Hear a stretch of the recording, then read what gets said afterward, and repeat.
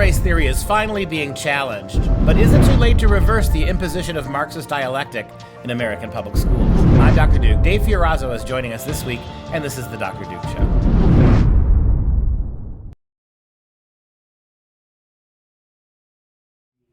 Hello, everyone, and welcome to the Dr. Duke Show, the only program that keeps you educated on the craziness impacting K-12 classrooms and college campuses around the world. Katie is off, so our good friend Dave Fiorazo from Christ and Culture is joining us this week, and I urge you to watch all the Christ and Cultures every week if you can. A wonderful Christian way, a lens to view all the insanity of today. Today, we're looking at the evil that is critical race theory, and don't be fooled by critical race theory. It makes it sound like something brand new. This is just warmed up Marxist dialectic. This is literally nothing more than the same thing we saw in the 1960s when socialism, Marxist dialectic infiltrated the seminaries. They called it liberation theology. We saw this in 1980 when the wall came down, the Soviet Union crumbled. Where did all those socialists and those socialist anarchists end up? They ended up in the environmental movement. They thought they were going to be able to bully Western culture and America into surrendering its freedom, its liberty, its free market value system in the name of the planet. It never worked. Critical race theory is just the latest iteration of this, but it's probably the most dangerous because these radical leftists, the long march of socialism through our institutions, they finally hit on the Achilles heel of the American people. It's not that the American people are so overwhelmingly racist, just neo-Nazis in bad clothing. It's that the American people have been so sensitized to race. There's a huge population in this country who is so ashamed of what happened 150 years ago that they're afraid to stand up to these bullies today. The fact that the American left has had to invite microaggressions because there aren't serious racial disharmonies in this country tells you all you need to know. And we've got the indispensable Christopher Rufo, who has been doing wonderful exposés about all of this right-wing, this left-wing, ideology permeating our schools. And the New York Times came after him, suggesting that the reason this white young man, who, by the way, as you can see from his picture there, has a mixed-race family, that this young white man was too afraid to debate professors in the New York Times about critical race theory because his whiteness makes him afraid. Rufo did the next obvious thing. He challenged the New York Times to debate, but they're not going to do it, are they, Dave? I bet they didn't take him up on his challenge. You said a lot in that opening. You mentioned the environmental movement, which pushes communism, communist policy. You mentioned Antonio Gramsci and the long progressive march through the major institutions in America, and Marxism is what they're pushing here. But what's sad is, this is our theme for today. I'm looking at these stories on today's show, and you have to talk about this because young people, especially Christian families, we need to know how to respond to some of these attacks. And I'm glad Rufo challenged them, but of course they didn't take him up on it. Well, it is nice, and we finally got a group of stories for today. Like you said, you noticed our theme, that people are beginning to fight back. Now, when you and I fight back, and I'm sorry to say, when the Chris Rufos of the world fight back, they're not going to take us seriously because A, we stand in the way of their socialist long march. B, they have successfully maneuvered white men in particular to be the problem. Yep. If you watch the shooting that just took place in Colorado, where within moments of that shooting, all the left was on Twitter, they were on all the social media, talking about white Christian males, the most dangerous force in the country, you had people betting their salaries. I'll bet my salary, one guy said, that this was a Christian white man. And when it didn't happen, it turned out that the man was actually Muslim and a hater of Donald Trump, an arch enemy of Donald Trump. Everything went silent. Yeah. Even the guy who on Twitter said, "I will wage my salary," he simply wrote back and said, "Well, I would have waged my salary," he said, but that doesn't change the fact that most killers in this country are white men. All right, okay, we keep hearing that blacks are only 13% of the population, right? Even though they are responsible for many, many, many shootings in this country. Just go down to Chicago. In fact, the most violence done to black people in this country is by other black people. Yep. No doubt it's true. The most violence done to white people in this country is done by black people. But true. Because relatively speaking, there are so many fewer blacks than whites, these numbers get skewed and white men are the greatest killers in the country. You can play it that way if you want. Rufo, I love his exposés, his definition of what this is, of what critical race theory is. And then, of course, we have these tweets where he's being called out. Today, the New York Times claimed that I, Chris Rufo, want to ban critical race theory because I'm afraid to debate it. This is false. In fact, I will debate any prominent critic race theorists on the floor of the New York Times. I will give them the home field advantage and dismantle them. I give them, he goes on further, I give the New York Times and the professors of critical race theory, including those quotes in the article, 5 calendar days to accept this challenge. If they do not, we'll know who is afraid to debate and who uses it as an excuse to shelter their ideas from public criticism. And Chris knows better than to hold his breath waiting for the left to accept this challenge. That was pretty provocative to say I'll do it on your turf, no home field advantage, I will dismantle you. That's pretty amazing. How many times have we heard people, really smart people, the same argument? They'll debate Al Gore anytime about climate change. Yeah. He never does it. Yeah. Wonder why. None of these leftist bigwigs, and university professors are the most callow of all of them, because they lecture their university students who are too cowed or too worried about what will happen if they challenge them. Yep. You never see these university professors step out of the campus where they completely rule with an iron fist. I know, I see it every day as a professor, and actually debate experts. They won't do it. In fact, we've gotten so bad on college campuses, the progressives, that they've gone so long without having any meaningful dialectic. Nobody argues with them.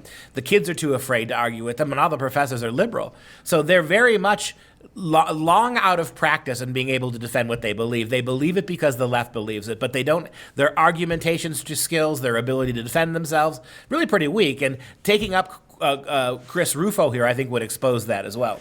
I don't know how much time we have left here, but for the whites to be the oppressors and the blacks to be oppressed, that's what's driving this. How did we get to this point in America where most of our institutions are buying into this? I think it's because, like I said at the opening, that we are. It's not that we are so insensitive and violent and racist. It's exactly the opposite.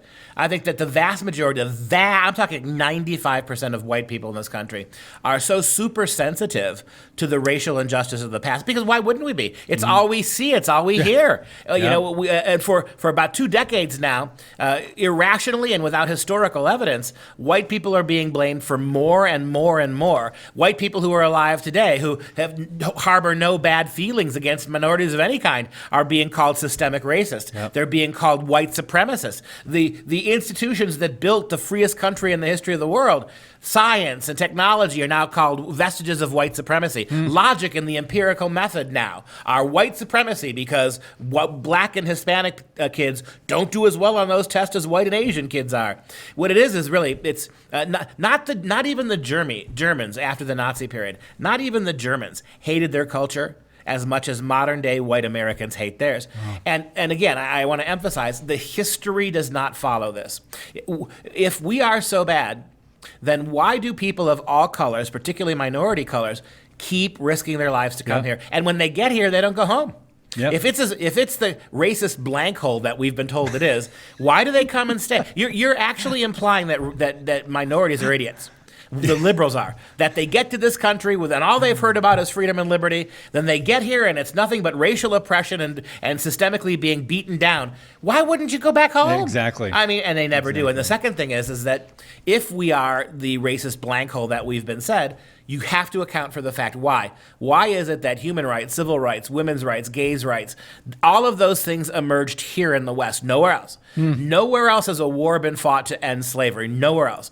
It was not Islamic culture or Asian culture or Central or South American culture. None of those cultures gave those liberties and freedoms to minority populations in their boundaries. We have. The history is not on the side of the critical race thinkers.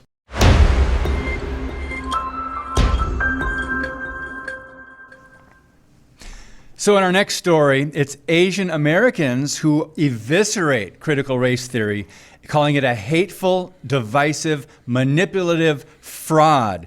This is the Chinese American Citizens Alliance of Greater New York, and they are saying some pretty intense things about CRT, saying it appears in our workplaces under the cover of implicit bias, sensitivity training, and from its very roots, CRT is racist, repressive, discriminatory, and divisive. And then a couple bullet points, I'll let you respond, Dr. Duke. This Chinese American group laid out the main dogmas of CRT, saying, you are not a person, you are only your race. And by your race alone, you will be judged. Then they said justice is about equal rights, but social justice or equity is about equal outcomes. Only social justice matters, justice does not. Can you imagine something that erudite and concise being written by some of these Black Lives Matter warriors who stumble through basic English? No, I'm going to go out on a limb here and say, and let me ask you a question before I start.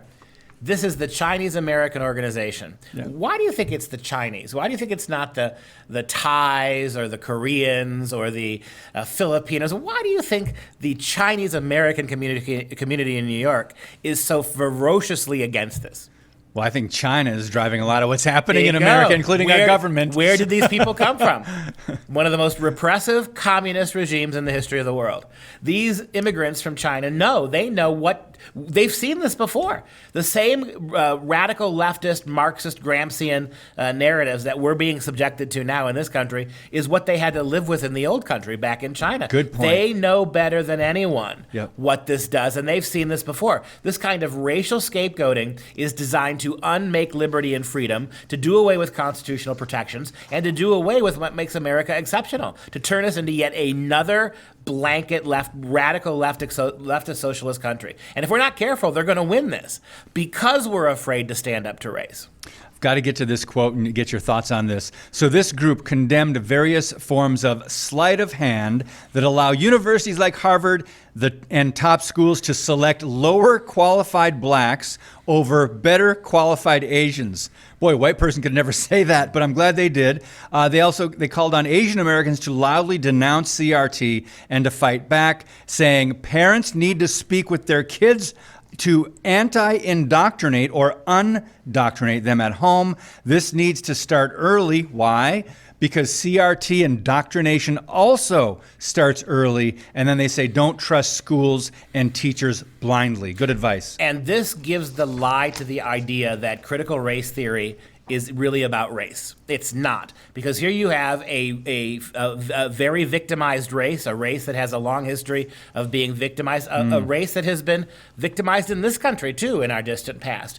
Come to this country and their kids are succeeding at every level. Their kids are outperforming white kids. Yes. So the thing that drives the left nuts about Asians and why they're so quick to discriminate against them in places like Harvard is because they blow up this narrative that to be a minority in this country means you have no opportunity. The Asian kids are taking advantage of those opportunities. They are excelling at levels that even the highest performing white kids can't do, and they're still being blocked from the best colleges in this country. It's what we did to the Jews in the 1950s. Remember in the 1950s when the Jewish kids, white Jewish kids, were far and away above everybody else, and places like Harvard and Yale instituted quotas, only so many Jewish kids, right? For a bunch of so-called progressive organizations, the left in all of its permutations are the most racist people around, and good on the Chinese American community in New York for pointing it out. They don't want handouts. They don't need your help. They just want our constitutionally given opportunity, and they're going to excel. And if they can do it, with all due respect,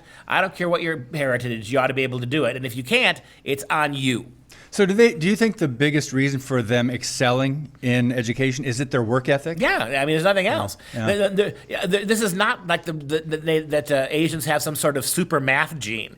This is just hard work and dedication. And the same thing about the Jews back for the last 100 years. Their excellence comes from a family structure, a religious structure that emphasizes kids focusing on school. In Jewish communities, like in Asian American communities, you have low divorce rates, unlike the African American and Latino populations, where there's a lot of single motherhood. You have a huge commitment. How many times have we heard in black communities that if you do well in school, you're selling out to white people? Right? How many times have we seen that you're selling out? What a ridiculous thing to say. Academic achievement is a white person thing. Well, now we know it's not, that the Asians do it even better. And so this is why the progressive left cannot acknowledge these issues. And this is my point. The left needs blacks and Hispanics at the lowest bottom. They need them to fail, because without their failure, they can't push this socialism. And here comes the Asians, and they demonstrate concretely that what's affecting the inner city groups like blacks and Hispanics is it's a symptom. It's not a disease. It's a symptom. It's not something that's really more tangible than that. And like most symptoms, it can be cured. Have mom and dad stay together. Change the culture in these inner city ethnic minority neighborhoods. That school is an opportunity. It is not some way to lose your blackness in the face of whitey. It's ridiculous. Grow up and take advantage of what this country has to offer.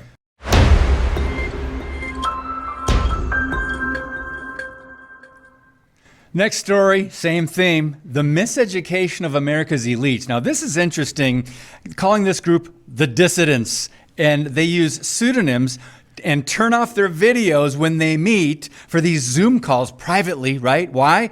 They say they could face profound repercussions if anyone knew they were talking about this.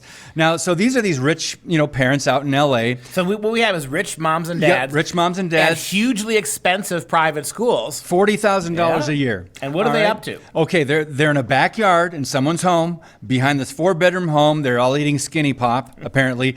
And so these are the rebels. They're well-off LA parents who send their children to Harvard Westlake.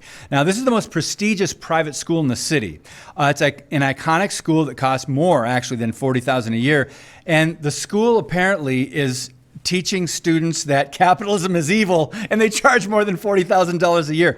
But so the parents are concerned that their kids are being framed as racists, and their kids are freaking out because they're afraid to speak up in class. This is part of the problem. So the parents are meeting. Well, the first thing I got to say is when I hear the word Skinny Pop, I think of Hamps Hansen, right? Bop, Skinny Pop. And then I think of Joe Biden, Corn Pop, right? Oh. So a lot of wonderful associations in that illusion. But that's exactly right. But you have, these are very wealthy, very, very powerful, influential moms and dads. They are power elite in California. They can afford $50,000 a year for simply sending your kid to high school. And yet they feel so cowed under by their school's insistence that they're all a bunch of racists that they've gone underground. I mean, that with all these are doctors and lawyers and high-ranking business people. They're afraid to confront their schools openly for fear that they might be attacked for it. And that's where we got to get a stronger backbone. You are really the hoi polloi of American people. Stand up to these people. Face them down. Why not? If you've got $50,000 to send your kid to that school, you've got more than enough to hire a private tutor for an entire year to help your kids. So just call their bluff. Get together and have half the population of that school pull out immediately and demand, we're not sending our kids back until you fire the administration and give us an actual academic curriculum. But see, they haven't been willing to go that far yet. They're still kind of afraid. Until you stand up to a bully, the bully's going to bully you. You've got to metaphorically punch it in the nose, and you do that by pulling they're such Marxists. Let them have, money doesn't mean anything to them. Money is the great corrupter. So take your money and walk, mom and dad. So before I share what some parents are saying, could you please translate hoi polloi for us? Hoi polloi, the creme of the creme. Oh, creme de la creme, right? All right. You are the movers and the shakers. All right, it's like, all right. So one of the fathers of these wealthy parents out there meeting in California says he doesn't have a problem with the school making general efforts to redress past wrongs. But notice how you've lost the argument. I'm okay with them taking up my kids' class time to redress something that happened hundreds of years ago. Right. You've almost kind of already bet, right? I'm not going to say the Nazis are unrehabilitatable.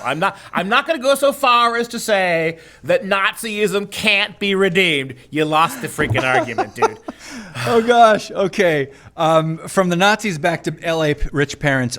So he says bringing more minority voices into the curriculum is fine. What he has a problem with is a movement that tells his children that America is a bad country and that they bear collective racial guilt. He says they're making my son feel like a racist because of his skin. And with that in mind, sir, if you already know they're making your kid feel like a racist simply for the color of his skin, how can you then turn around and say, I'm happy to keep those racists there if they just tone it down?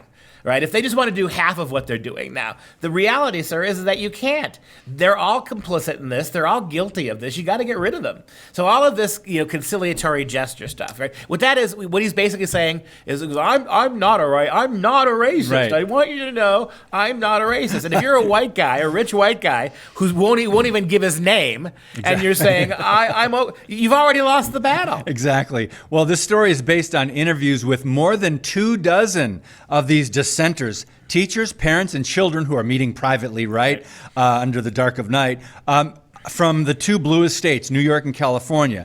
And it says in the article, for every one of these parents, there are many more too afraid to speak up. So these parents are speaking up, but don't use my name. Don't let anyone know. You can picture the black shadow with the muffled voice. You know where their names are? On the checks they write for the tuition for these schools. If you can put your name on the check, and that these idiots, these Marxists cash and spend all that money on race and making your kid feel like he's a bigot, if you can sign the check and you can't speak out publicly, well, there's your problem right there. You're letting an organization that works for you tell you what you will and will not think. Is that how you became successful in private business? Is that how you became a world-class lawyer or a doctor? Because you let your patients lecture you about what they need? Let your clients demand what you're going to do for them? I don't think so. Why are you afraid of Marxist grifters masquerading as teachers? You sign the check, you pay their paycheck, now fire them. Promptly fire them. Take your kids out until they change. And I promise you, they will change faster than you know.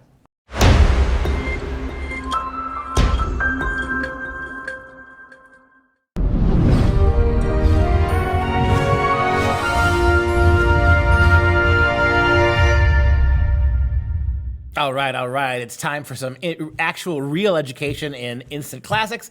And what a kind of uplifting segment we had today. We had 3 stories where we had Chris Rufo, the individual school rights advocate, call out critical race theory, challenge the New York Times to a debate that'll never happen. We had Asian American groups, Chinese American groups in New York calling critical race theory racist, anti-white, prejudice. And we also have moms and dads in California covertly trying to fight back against their very expensive prep schools' attempt to make their kids all feel like racists. So there is a sense that America's pushing back. And I want to just warn you today in this Instant Classic segment that the dystopian nature of this country might still be averted if we begin to accelerate this, if we push back against the socialists, those who want to unmake free markets and capitalism, those who seek to destroy our way of life and our constitutional values. Start pushing back before it's too late. Here's another great warning for Ayn Rand. It's a warning from Ayn Rand about what happens when good people, wealthy people, connected people like those families in California, when they're too afraid to stand up face to face, where they hide in the shadows and are quietly complicit with this. Rand's quote here is one I think that we need to hear and wake up. She says, quote, "The greatest guilt of today is that of people who accept collectivism by moral default. The people who seek protection from the necessity of taking a stand by refusing to admit to themselves the nature of that which they are accepting. The people who support plans specifically designed to achieve serfdom, but hide behind the empty assertion that they are lovers of freedom, with no concrete meaning attached to the word. The people who believe that the content of ideas need not be examined, that principles need not be defined, and that facts can be eliminated by keeping one's eyes shut. These cowards expect, when they find themselves in a world of bloody ruins and concentration camps, they expect to escape moral responsibility by wailing, 'But I didn't mean it. I didn't want this to happen.' She's right. And with all due respect to those people in California, you have got to make your names known. You've got to pull your kids out. You've got to hold that school accountable. Chris Rufo's doing it. The Chinese Americans in New York are taking a much bigger stand than you are. They have way more to lose than you do. You can stand up as well. And America, Ayn Rand is right. You, by not fighting face to face and with all your means, the coming socialist collectivism of America, you are guaranteeing its ultimate fate. Stand up and fight before it's too late. All right, and just a quick reminder to please download our Freedom Project Media app. Simply search Freedom Project in your app store, and make sure you allow notifications so we can ping ya when we got a new show. And if you're a fan of the show, please consider a one-time tax-deductible donation to support our Patriot Club, and we'll send you this spiffy tumbler. Visit patriotclub.us, that's patriotclub.us. Before we go, we want to take a moment to show some love to our Patriot Club members. Today, we'd like to give a shout out to Robert from Daytona Beach, Florida. Thanks for supporting us, Robert. And I can just see you on the beach in your jorts enjoying the tumbler. And that's our show for today. For Freedom Project, I'm Dr. Duke. He's Dave Fiorazo. Until next time, stay educated, my friends.